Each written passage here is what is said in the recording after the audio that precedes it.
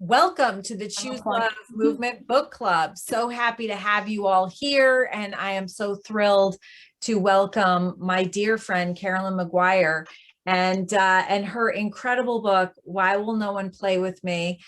We did just come off a call where people got to ask live questions similar to this.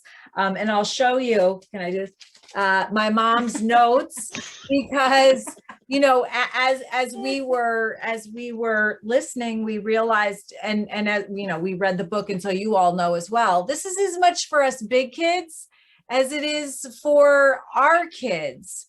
And this is really, really important stuff. These are skills and tools that we use every day, all day long, in every aspect of our lives. And so, Caroline, I mean, this is a really, really important book that I think everybody should read. Mm-hmm. Thank you for joining us. Thank you. I mean, I can't say anything more. It's so lovely of you to say that. I wanted parents to have, and for everyone to have, the answers that we have in academia, right? But I mean, you shouldn't have to get a PhD, right? You shouldn't have to keep searching the earth. You shouldn't have to decode everything. So Why Will No One Play With Me, being in layman's terms, was really unprecedented, and everybody loved the idea. And I think the reason is that so many of us want to help our kids with these skills, want to help our classrooms, but, if you don't have a master's or a PhD in social emotional learning, you might not know how. That's exactly right. Mm-hmm. So you literally walk us through how to teach these essential life skills, but with pictures and charts, mm-hmm. and step by step. The circle with the footprints on it, Carolyn. Oh, the learning to walk mat. Yes, I mean, that is so good. Because it involves them physically, and they get to really think about. Explain that, though.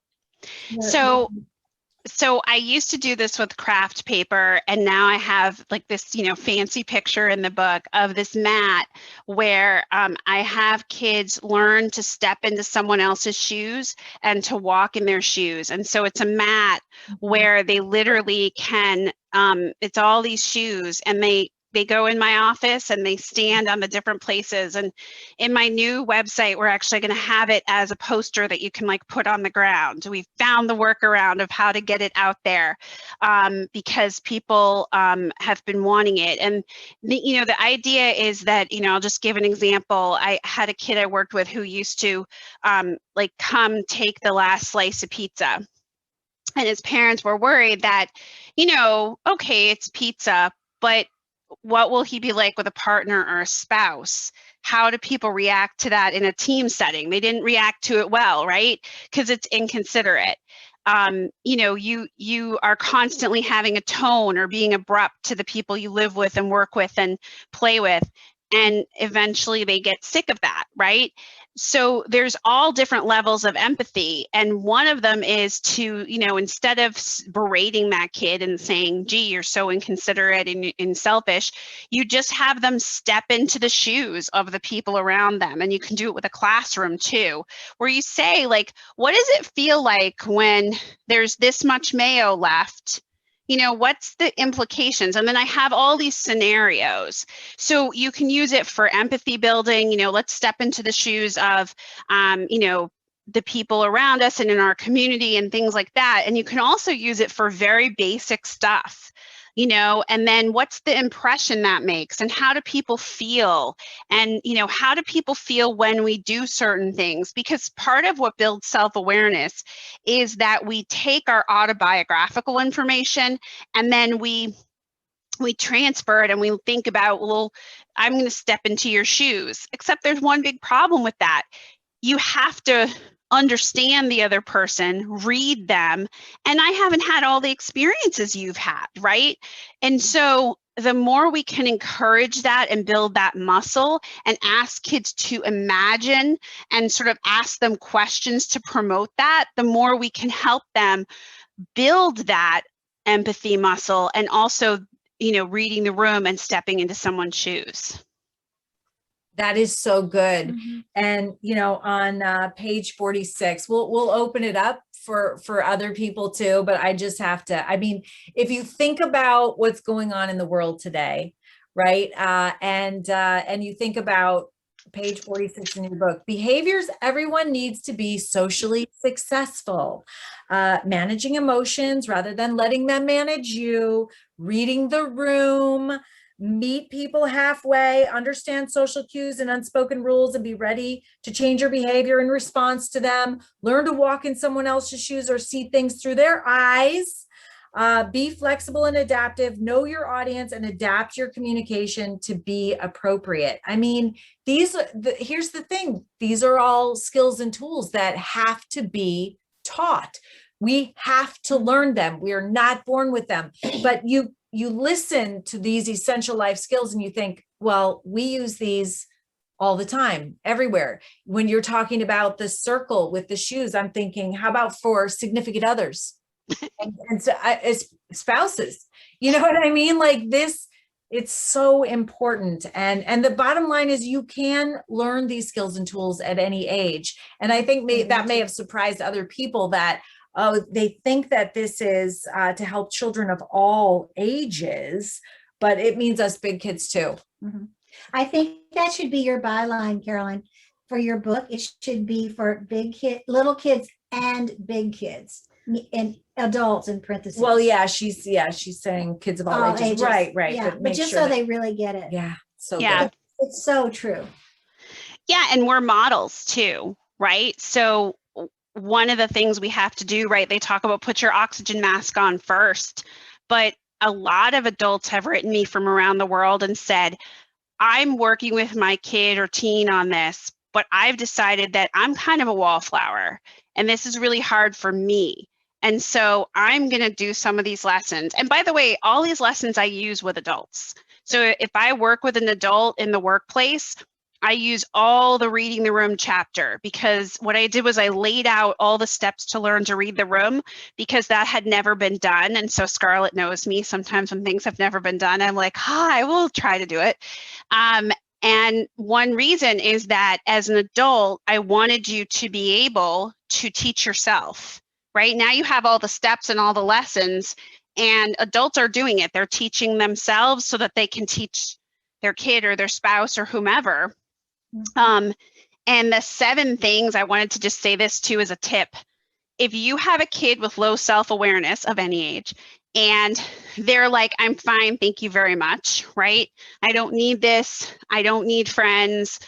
I like my one job. I'm never going to move forward, right? These are the things people say.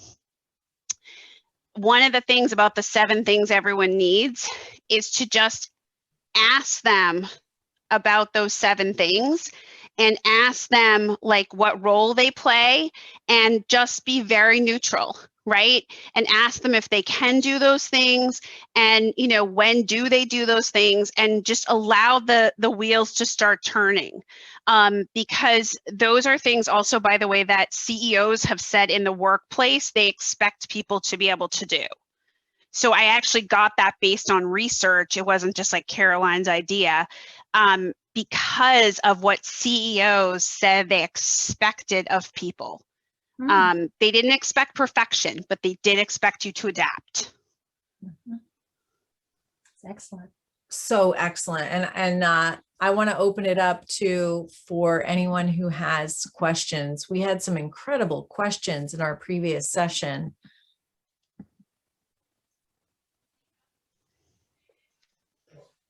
You can put them in the chat if you want to, or you can unmute yourself and ask them in person. I have a question. Yes. Okay, so I'm Cindy, and I do small groups in schools. And I love your book, but it's overwhelming, I will say. I want you to tell me how I can simplify it to do small groups with kids for social skills, anywhere between kindergarten and 6th grade. Like maybe you think that this information is better for intermediate grades 4 through 6. And I would just like your feedback on that, because you don't really have like a little workbook, do you? I don't have a little workbook yet. I have been asked many times to make a little workbook. I use this with social skills groups in my past. So, and I actually think kindergarten is like the greatest age to work on these things because they're like a sponge and they don't feel silly stepping on a mat. I would suggest either going through lesson by lesson or picking a theme, picking learning to walk and doing the lessons that are there that are more about asking questions and less about scenarios and having them do them together.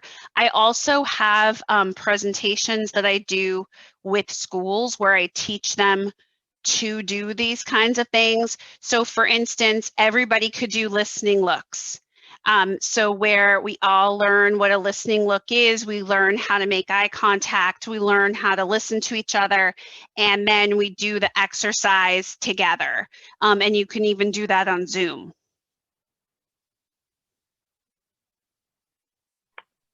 Okay, yeah, I think we're going to be all in person next year. So back to kind of our old-fashioned teaching, which is a little bit easier to teach this stuff. But yeah, I like the theme idea. I mean, I do have kids for usually a semester at a time. And so I really have to kind of focus in.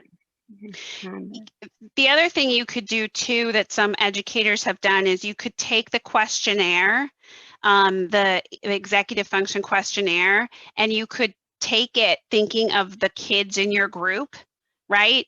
And then look at it and see what are the skills that they're missing, right? What are the most important lessons or chapters?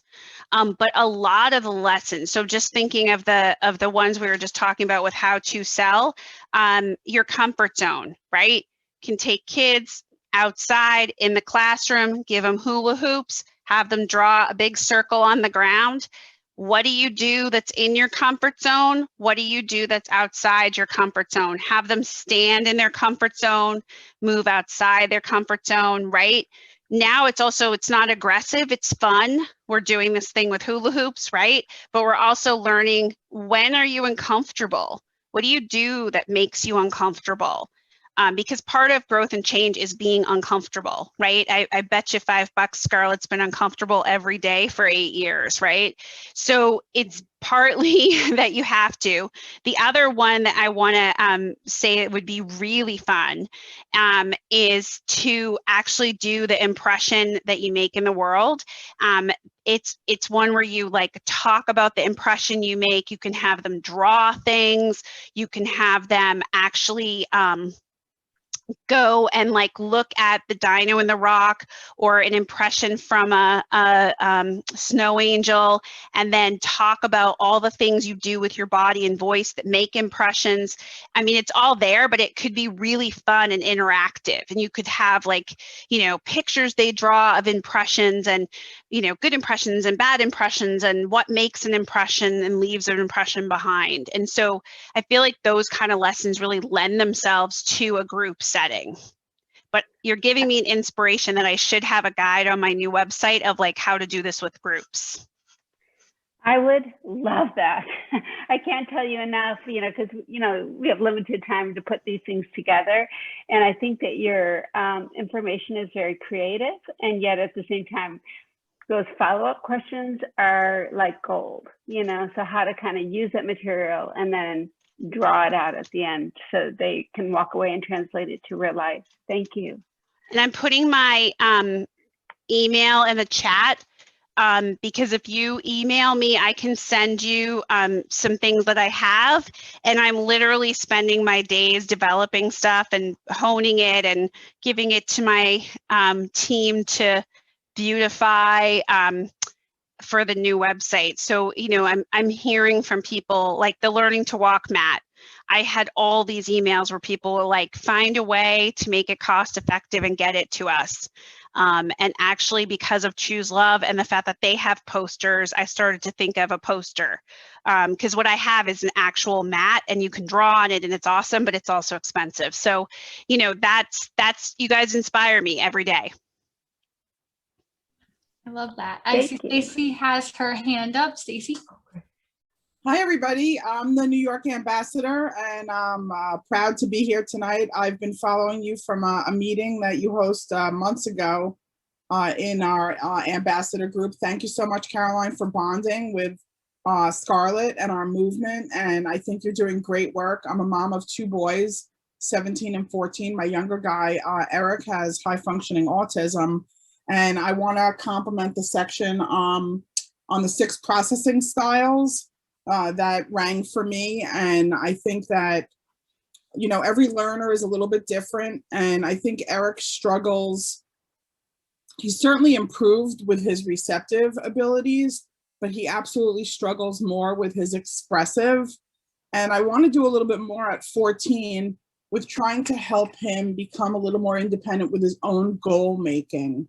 And I'm wondering your thoughts on how I can help him to be more independent. I think there's probably some gold nuggets in your thinking around a vision board maybe, or like, I feel like you already have a list of activities that you can just shoot out and I can quickly take some notes and really benefit from. What are your thoughts around that? Well, first of all, thank you so much for what you do. And you now have access to me whenever you want because I'm now part of Scarlett. So, you know, this doesn't have to be the only conversation we have.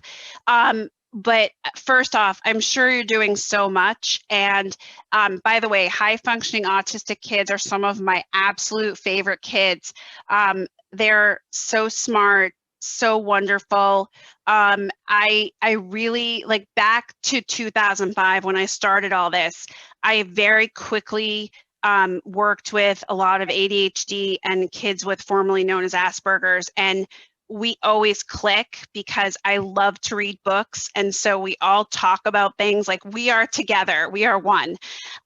So what I want to say is that the processing styles, I think, is so important because a lot of times people talk about learning styles, but it's really how do you process information. The other thing is, one reason there are so many visuals, literally to the point where when we made the book in order to send out to the media, before you get the actual book, you send it to the media, more than even cookbooks, it actually crashed Hachette's systems because there were so many visuals. So oops. But I was passionate about keeping them in there despite the foibles, because I wanted kids on the spectrum to have that visual underpinning. So that's one reason there are so many visuals, because I get emails from people that are like, well, my 20-year-old doesn't want to look at these cute visuals. I'm like, then don't show them. But because people on the autism spectrum need that visual in order for that underpinning, and others of us need that, right? It's really important. What I would say, just off the top of my head, and I'm happy to give you more, is that I think the more that we have him either pause and sort of pick from words or pick from phrases what he's feeling or being able to express it, right? Or that he, you know, sort of, I mean, kids love to challenge themselves, right? So we want to improve his emotional vocabulary and his range of expression. So, you know, you could have a game where he is not only, you know, reading the room, doing social spy, doing these things in terms of trying to read people's facial expressions and emotions, which I'm sure you're already doing, but he could try to notice certain emotional states. There's an exercise that's actually going to be in the how-to cell, and it's in the book about reading the mood and reading emotions.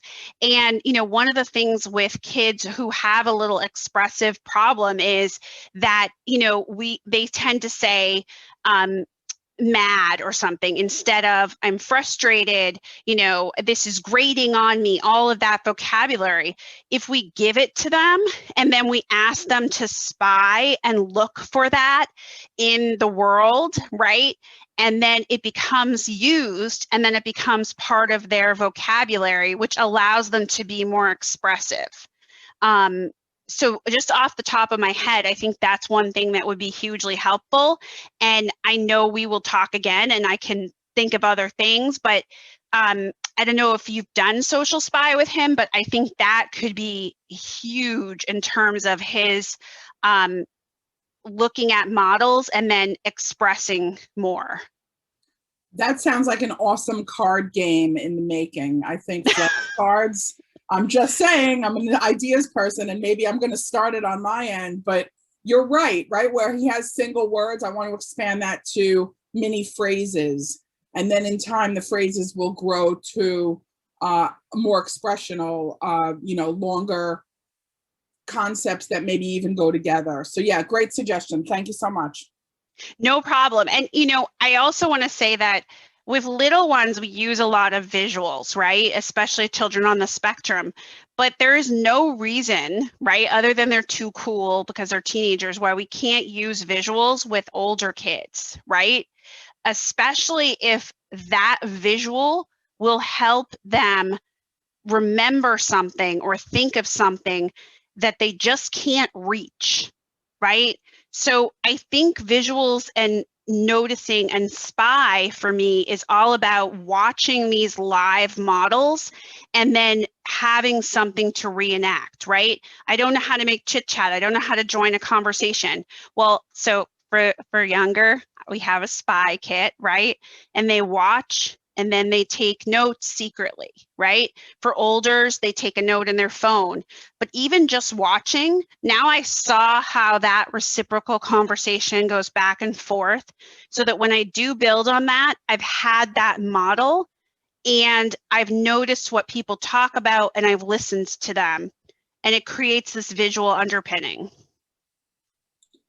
For Eric, he has a tremendous memorization capability. And I think once he sees things X amount of times, he stamps it as a visual in his mind. It's kind of like what Temple Grandin talks about, where there's a running Rolodex in his mind at all times, and he just retrieves something from the file. So I think that's good, and even for the young adult, maybe, sort of a cartoon stick figure, but a thought bubble may be more accepting than more of something that's pictorial, or I guess some of the feedback you've gotten where they don't want as many graphics. I'm sure there's more gentle ways to still make that acceptable, I think.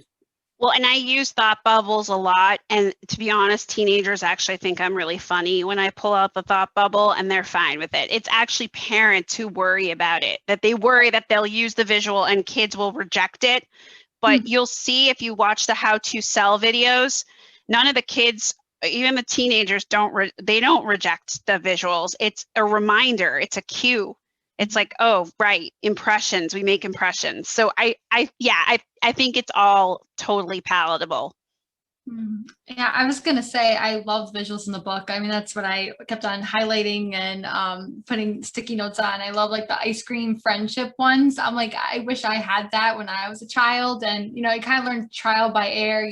Who are your true friends and who are they're acquaintances, and it's really hard to understand that as a child because you just see everyone as your best friend, and then something happens and they're not, and it's so challenging. I mean, I think back on my childhood and the hard times were because there's a misunderstanding between a friend and it's not what you think it is. So I just love those lessons. I just wanted to kind of go over that a little bit more in depth and like kind of your inspiration about that, and how that's been how that's, I guess, impacted your coaching and how like you developed all that area. I think that's just super helpful. Yeah, so the flavors of friendship is a lesson, and it what happened was I was always trying to help with this problem of how do you get kids to realize that there's different levels of friendship. And one of the things my mother always used to say to me, because as a person with ADHD, I always wanted intimacy, right? Like I meet Scarlett, we bond instantly, we love each other, right? But you can't have that with everyone. And so what I wanted was for kids to realize that, there's different levels of friendship. What tends to happen with parents is that they say things like, they're not really your friend, right? And that's very disarming, and that makes people defended. My mother used to say to me, you get different friends for different things in life, and that you get a couple of best friends, and you only get a couple in your entire life that really, really understand you. And whenever I was with these kids, I wanted them to see it, but I wanted to present it in a way that was very neutral so that we could really talk about it. And what started to happen for me was, as I read research and stuff, I realized that one of the things we had to do was present this world. What are the flavors of friendship? What are the different levels? And then have criteria, right? So it's not me saying, you don't even know that person's name. They're not your real friend, right? It was me saying, so where do they fit, right? You don't know their name. You're in class with them, you say hello to them, right? And so then they would put the people in different categories, not me imposing. And then I started working on how enjoyable is the friendship, because I wanted kids to see how they should be treated. But I didn't want to tell them, this person's bad news, right? They treat you really badly, you deserve more. I wanted to empower them. And I wanted to look at relationships, right? What should you expect, right? What makes a friendship enjoyable? What makes it a friendship? And so that's how that came about, was that I wanted to have something I could use where we could talk about this very difficult subject, right? Because a lot of the kids I work with, when they think about making friends, they want to be friends with like the captain of the football team. Well, they have no friends at all right now. And then there's people that they could be friends with and they reject them. And I always call that love the one you're with, right? Like, why are you striving for this person who might not even treat you well when there's this lovely person right here, right? So I wanted to talk about that, but not in a way where they would say, well, you're older, you don't understand. The other thing is, virtual friendship pre-COVID was a real issue for my population, because they wanted to say that their virtual friends who they never see in person were their friends, and that was it, and that was fine. So I wanted to talk about, real connection and real relationships. So that's how that came about. It was like my way of trying to figure out, and I built it literally working with kids, right? I would build versions of it, and then, I'd say, no, it needs to be this too. So that's how I do things. I always work with real kids, and then I tweak it and twist it, and I get their feedback. And then also there are things that, don't work. And I'm like, oh, that didn't work out. I think that's what's great, is that it shows that this is so, like you said, it's like a playbook. It's so real. It's not, some psychology book, which really great information, but it's like, oh, books upon books upon books. It's like, what is it they're really trying to tell me? And you break it down and make it easy. I mean, literally, like, I'm using an ice cream graphic. It's like, I can get that. That makes sense. Like, I can do that with my kids. Like, then it's like, oh, okay. It's like, you make it so approachable. And I think that's what makes it. Yeah, it's interesting. Yeah. It makes it interesting. Can I add something on the friendships? I just want to add one thing, because this is, my friends still call me and tell me that they use this model that my mom gave me. She said, when I would come home and I would be bawling because, friends didn't want to be friends with me. And she'd say, look, you're driving a bus. And you're the bus driver, and you stop at stops, and you open the door, and people get on your bus, and then you drive for a while, and then you stop, and they may get off your bus, and that's fine. And so that's, I still think of it that way. Like, we're the driver of our bus. I wanted to share that. I love that analogy. Scarlett told that a few years ago, and I share that with everyone too. So I always credit it back to you guys. Well, and I think that the analogy is sort of like that, how enjoyable and what are the different friendships, right? Like, you have this universe of friendships, and you have all these different relationships. And rather than putting value and judgment on the fact that someone is an acquaintance or a buddy, to know that, right? So, I have a young girl that I'm working with, a tween, and she's had a really tough year. Some girls have been really, really unkind to her. And, she and I did those exercises, and she was suddenly like, you know what? I'm going to make, an effort to figure out how I make some of these acquaintances into real friends rather than being stuck with these mean girls.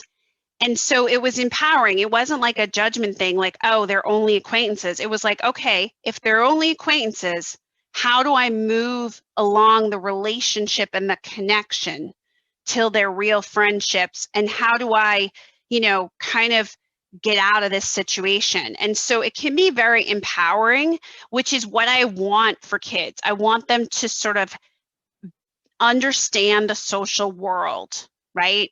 And once you understand, and that's what Social Spy is so much about, is to watch the social world, understand it, and now I'm giving you the exercises to build the skills to actually make those friendships. Because a lot of times kids are like, that's great, now what do I do? Yeah, I like how in your book too, it's you have all these activities and things to do, so accessible. And I like also that you had said that addressing parents and parenting too is be the parent your child needs, not the parent you want to be. I think that's that was a really, strong statement that you said. Yeah, and they would if they could, right? Kids do well if they can, and if they could do something, they would do it. So, it's great that I'm an extrovert and I can make conversation. If my kid is a wallflower and they can't, we have to move past wondering if they can't or if they won't, and we have to take the position that maybe they can't, and we just help them, right? Because we can get caught in that can't, won't cycle. And I try to be in the place of, I think if a kid could do it, they would do it. So that was something when I went back to get feedback from old clients from like 15 years ago, as I was writing the book, one of the mothers said, well, it has to be a chapter. And I was like, what? And she's like, the thing you said, you say all the time. And I was like, I do? And she said, yeah, you say it all the time. I said, I do? And she said, yeah. I had no idea. I'd like to get your feedback on something is because when I was raising, Alexis, I used to tell people that, we're friends. I'm her friend. And so many people would say, you shouldn't be a friend. You should be her parent. And I feel that, I can't speak for everybody else, but raising her and going into, going into my own playbook when we didn't have playbooks like this, like your book. I felt that I was a friend and a parent and would just, had to adapt to that time when she did need a friend, when she did need a parent, and really balance that.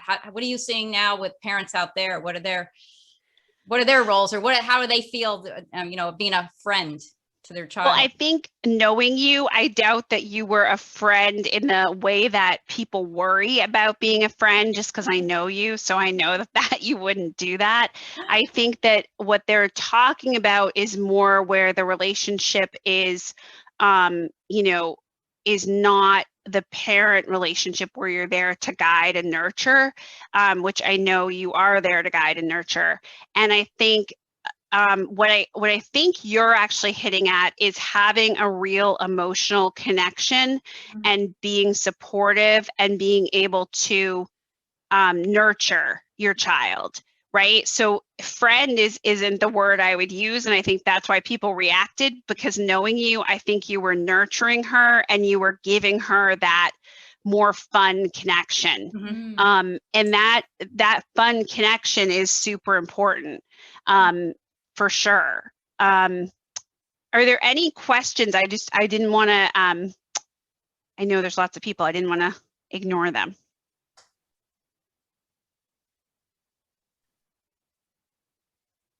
Caroline, do you think it's a tougher time now for parents to raise children because there is so much, from social unrest to this pandemic now to, there's so many different things that kids are being exposed to, as opposed, like when I grew up, there wasn't all this. We didn't go through a pandemic, and this is like scary for parents dealing with it, something new, parent going through a pandemic, all of us, and explain it to our kids. There's so much division in the world, social unrest, racial things, being politically correct.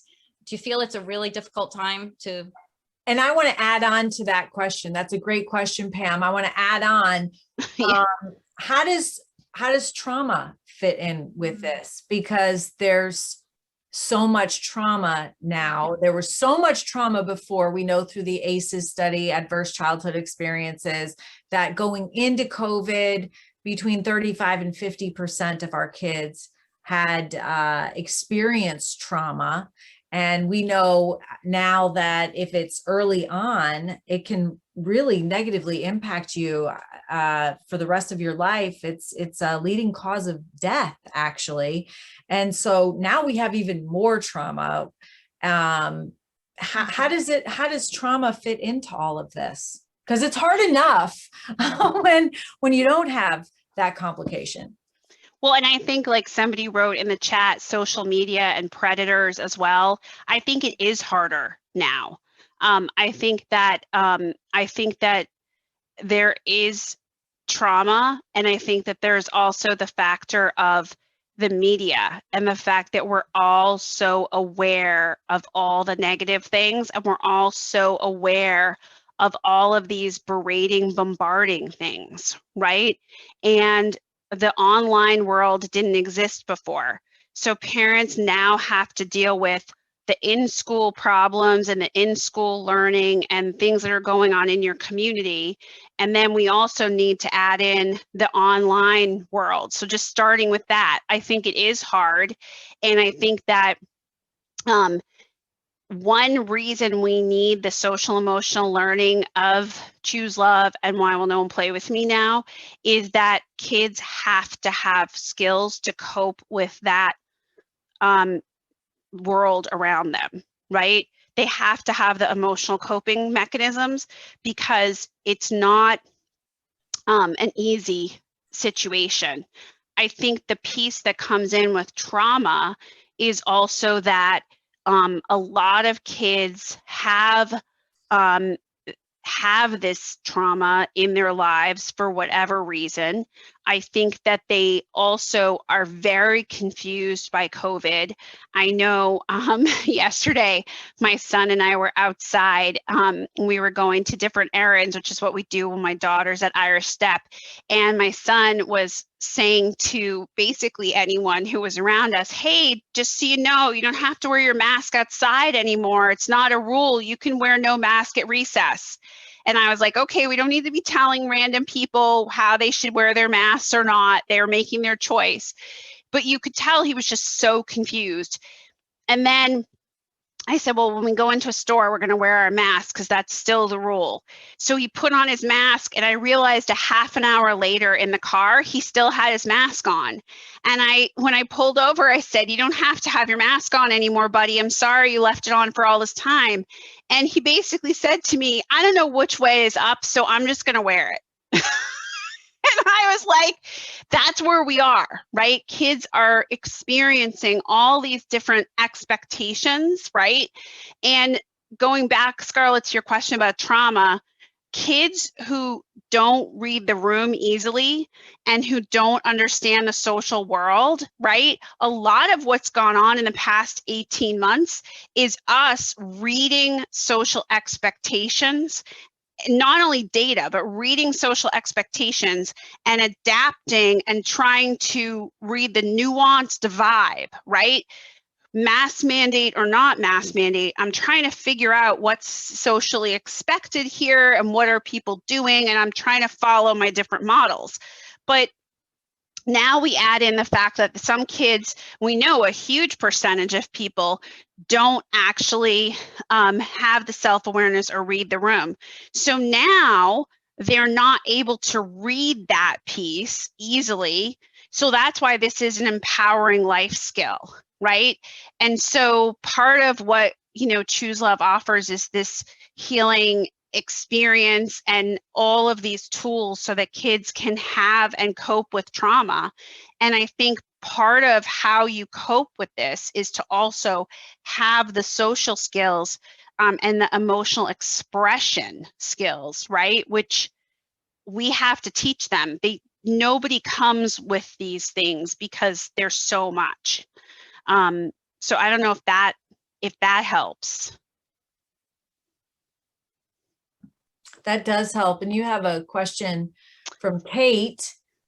Can you comment on the range of time it may take to go through the starter and selected learning tracks for a young adult? I'm assuming they would be able to process lessons a bit faster than the younger kids. I don't know about that.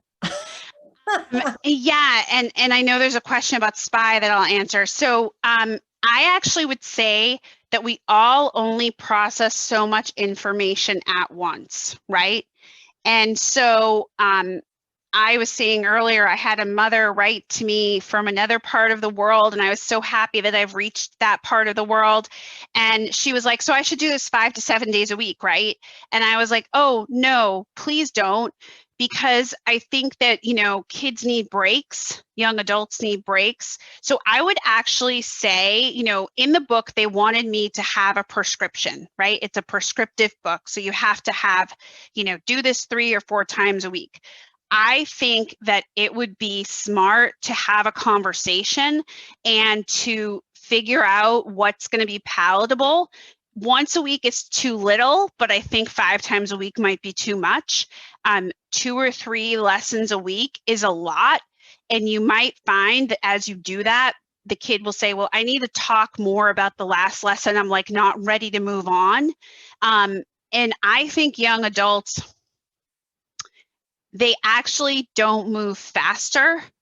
Because if they're struggling with this stuff, they're learning just as much as anybody would learn, right? So I think you know, they have the language abilities and they can understand how to spy on people and look without looking, maybe easier, but they're still, it's a lot of material and it's a lot of change, right? Because you're talking about, you know, observing and practicing. That's very So I don't want them to be overwhelmed. And then there's the practice component, right? I mean, you learn this stuff, but you have to practice it to hone your skill and to become good at it and to make it more readily available for you. Really nice. Yeah, and so, you know, we talk a lot in the book about play dates as practice, but with teenagers and young adults, it's just going to be hangouts, right? So there is a section in there about how do you get play dates or how do you get hangouts if you haven't had them. Because, you know, if you haven't had people to hang out with, you may not necessarily have those friendships as you're learning the skills to practice. So that's where I also suggest joining something with the sole purpose of that activity or that situation or that club being where you're practicing these skills. So you're practicing making chit chat and conversation. Maybe you don't have the play dates or you don't have the hangouts as a teenager. Your goal is to learn the skills so you can get them. And so maybe you join a club, and where you're brave, right? We're going to channel Jessie. Where you're brave is that you're going to the club and you're going to try to talk to 2 people, right? Or you're going to go into the hallway and you're going to talk to somebody twice that day before you enter class. That's a lot for people. That is being brave. And that's what I love about the combination of our work, because being brave is so important. But being brave for many of the kids I work with is literally talking to someone in the hallway and making, you know, chit chat and conversation and using the build on that lesson. And then they're like done for the day, right? That's hard for them and they're being brave. I'm so proud of them when they do that.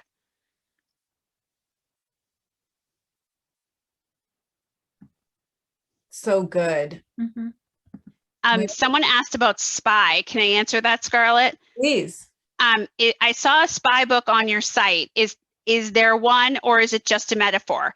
So for the How to Social Emotional Learning program that Scarlett and I started, there is a little spy kit. So that's what's on the site, is that when you join the How to Sell subscription program, you get my book, Scarlett's book, and you get a little spy kit. And it's a place for them to write down their observations. So it's a whole series of lessons throughout the book, where you actually watch and listen to people without like directly looking at them. And there are also videos that are part of the How to Sell program where we show kids spying on different things in order to you have a model of how do you do this and what's the benefit of this.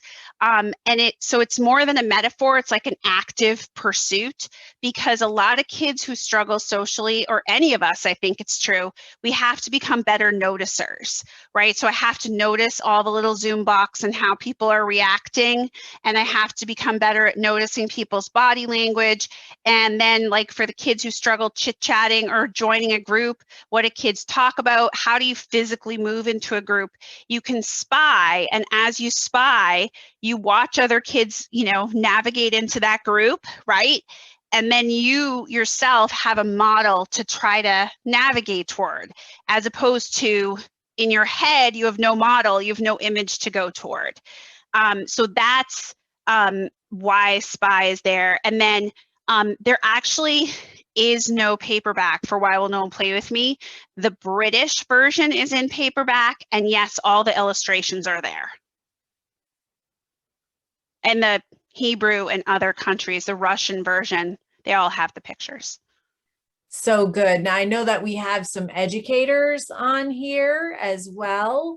Dee Dee, and hi. And I just wondering if you had any questions about things that you're seeing with kids in the classroom. And I know Anna, I see you thinking, and I know that you always have something to add. So I want to make sure that we get that in before the end of the night. But Dee Dee, are you seeing any specific issues with the young kids that are in your classroom? Anything different from the pandemic as they show up? We actually were able to I just had one of our little graduations today, and we were actually able to have, I'm going to call it as normal a school year as possible. Mm-hmm. But we had to work hard to make it that way, right? So when they came to school, we didn't have the kids masking because it wasn't a requirement. It was, recommendation depending on their age, so I think that was a good thing. The teachers, we did wear masks and everything, but I think within the walls of our building, they were able to find a little bit more normal there. It doesn't mean that there weren't issues or whatever, and things are different.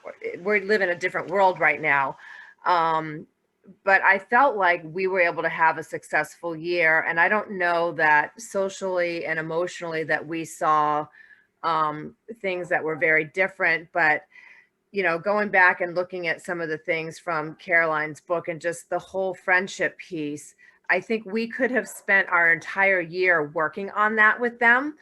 Yeah.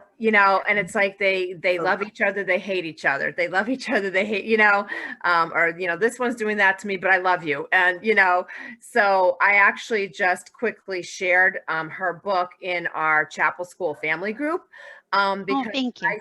I think it would be an amazing thing for parents to be able to jump on board to maybe see if they could read that over the, over the summer.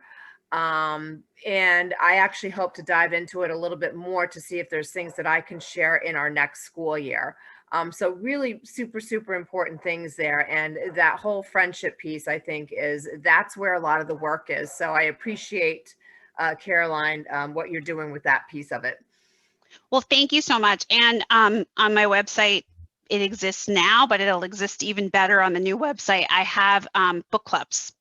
And so if lots of groups have formed, I had formal ones that I ran, and I had ones that coaches I trained ran, and then parents have taken up the mantle. So I spoke at a ton of schools the past 2 years, and a bunch of parents have just taken up the mantle and used the book club curriculum and moved through it together. And so I'm happy to share that with you as well, that the parents may want that. But yeah, I think the friendship piece, third grade, middle school, all those big points where friendship and the friendships become more complicated.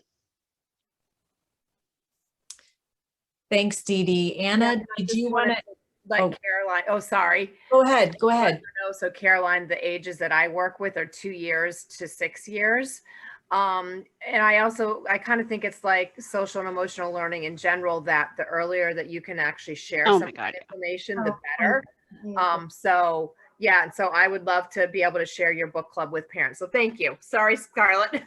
Okay, It's that's okay. So, Caroline, when I read this book, it's just so practical.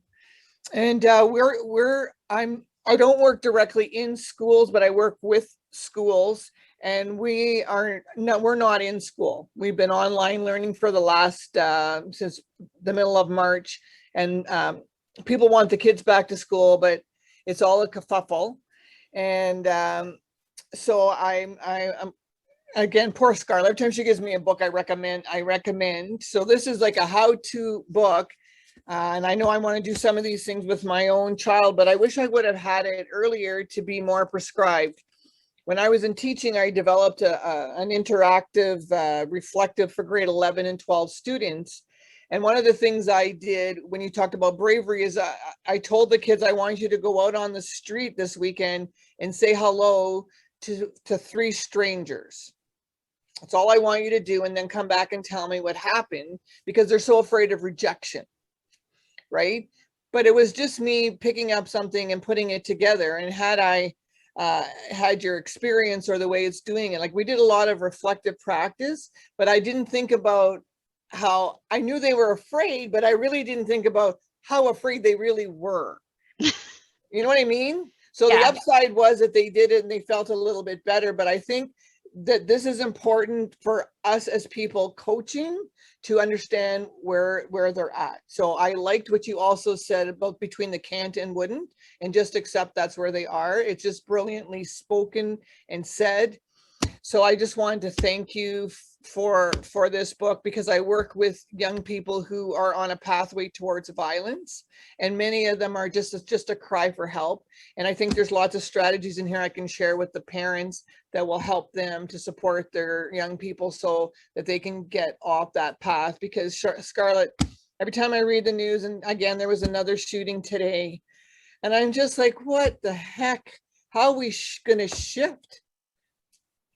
So anyway, just thank you. And I'm going to be more thoughtful in my challenges for people to be brave. Well, thank you. And I'm glad that you do the work that you do. And, you know, every person that we help and every family that we help and empower, we do change things. So I always say that, you know, a lot of times, rather than feeling depressed about the news this year, I've felt that, well, I'm working with Scarlett and we're doing all these amazing things. And so it just makes you feel better because you're actually doing something and you don't feel as helpless. And so I've been very grateful for Scarlett this year, because a lot of things could have gotten me very, very sad. But instead I was like, well, we're doing stuff, we're changing things. So it really is good, the work that you're doing. It's very, very important. And I want to add to that, that the opposite of anxiety is action. And each of us are so powerful. And Anna, you say, you know, you can read the news and get down, but what we're doing addresses the cause of almost all the suffering that I see: violence, bullying, suicide, substance abuse, most of the mental illnesses that we see, that we aren't born with, that aren't genetic.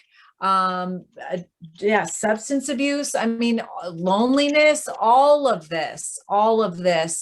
So we're doing something, and this is what you do. You address the cause. You can't be talking about a solution if you're not addressing the cause. And that's what Why Will No One Play With Me does. That's what Choose Love does. That's why I love Carolyn so much. And I'm so appreciative of her, because you can see that we're just so aligned in our thinking. Yeah, and copacetic. Stacy, do you have a question? I'm going to trail off both comments from you and also Anna. I think when you're talking about the problem solution model, it always speaks to challenges and strengths in child development, and, you know, all the way up through, like we said in the beginning of the meeting, through adults, you know, where we're facing a challenge and how are we going to manage that? you know, in my world, raising my children and back in early intervention, I was always taught to break things down into smaller parts and, you know, take a look at how to chunk the material and be able to achieve along the way, you know, in smaller parts. I think what Anna also raises is important around meeting the child where they're at, right? Like as a caregiver, I have expectations, and my husband often says a phrase that's like, whose need is it? You know, and a lot of times it may be my need, you know, to have my child accomplish a task, but it may not really be his need. And I've become more mindful, and I hope more thoughtful around being conscious of that. It's not as easy, I think, you know, to consider where is he at and what does that look like, you know, for him in that moment. You know, if we're trying to study for an exam, or this year more than ever, I've noticed an absolute change in his struggle to not want to write with an implement. He wants to type stuff. And he gave a teacher some pushback when they were asking to write a sentence in Spanish. And we recently, we're always working on advocacy skills. I'm strong there, and I try to roll that out to both my children. But I'm trying to teach Eric to be a little bit more assertive as well, which is similar but different. And when the teacher called to report to me and say, hey, you know, we had a situation with Eric in Spanish, he was writing back in the chat box, giving the teacher pushback on not wanting to write. I thought, oh no, you know, is this a problem? And she understands Eric and his autism, and that we've been working on assertive advocacy, and she's been his team leader for 2 years. So she and I are able to meet in a different place than some of the other teachers on the team. And we were able to wink at each other and say, look, he was using his assertive skills. You know, the teacher wrote back to him. I believe this was a conversation in the chat box, and they were back and forth. And she said, well, Eric, we really need you to write this. It's another way for you to learn. And he wrote back, well, that's your opinion, which could have easily been taken in a snarky way, but that's not who he is. That's not how he meant it. You know, he's gentle and passive and kind and loving. And he was in the moment feeling his, you know, his need to express himself. I was really proud of it, quite frankly. I got off the phone call with the teacher and she felt me, but at the same time, here he is, you know, we've gone strictly to the computer. He doesn't even go into school hardly with a writing, you know, there's pencils in his bag, but he's not using them. I think that's a struggle, just to take a look at what's a different challenge for kids now in learning and in classrooms and expectations of teachers. So to meet him where he's at, I found that kind of interesting, you know, and I still encourage, you know, we don't teach cursive writing anymore. You know, I actually had to teach him how to sign his name. It's not something that they're learning. So just food for thought, and I like sharing the anecdote because it's a good, amusing one. But yeah, I'm sure you know, I'm seeing some nods on the screen. You guys can commiserate with that a little bit. Thank you, Caroline.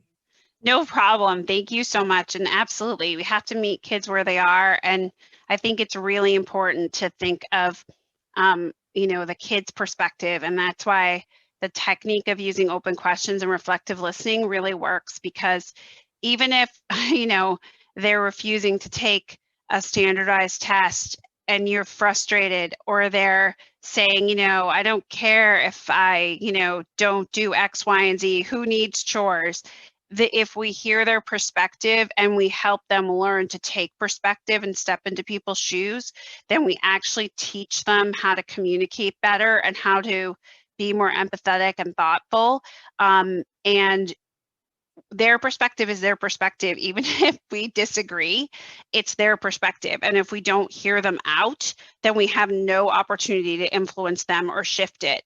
And, you know, so I think it's really, that communication piece is so important. That's amazing, Caroline. Well, you know, we're drawing to a close. We started a little late, so we went over a little bit, but we are so appreciative of you and this incredible book and our amazing partnership.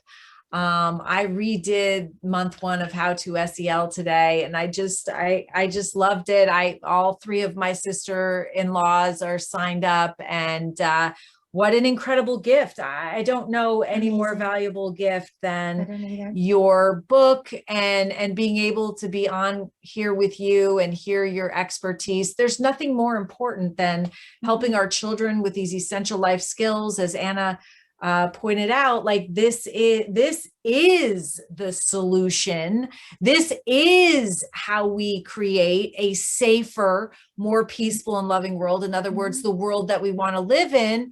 And this is it. I mean, you want to know, this is it. So it's $21, and you can read this and start practicing it and teaching it. So thank you so much. Invaluable. Thank you, thank you, thank you, thank you, everyone that joined us tonight. Thank you for choosing love. We appreciate you so much, and we will see you next month and for our next book club. Yeah. Thank you all so much. Have a lovely Thank you, evening. Caroline. Thank you, Thank Caroline. you. Thank you so much, Caroline. Mwah. Thank Mwah. you.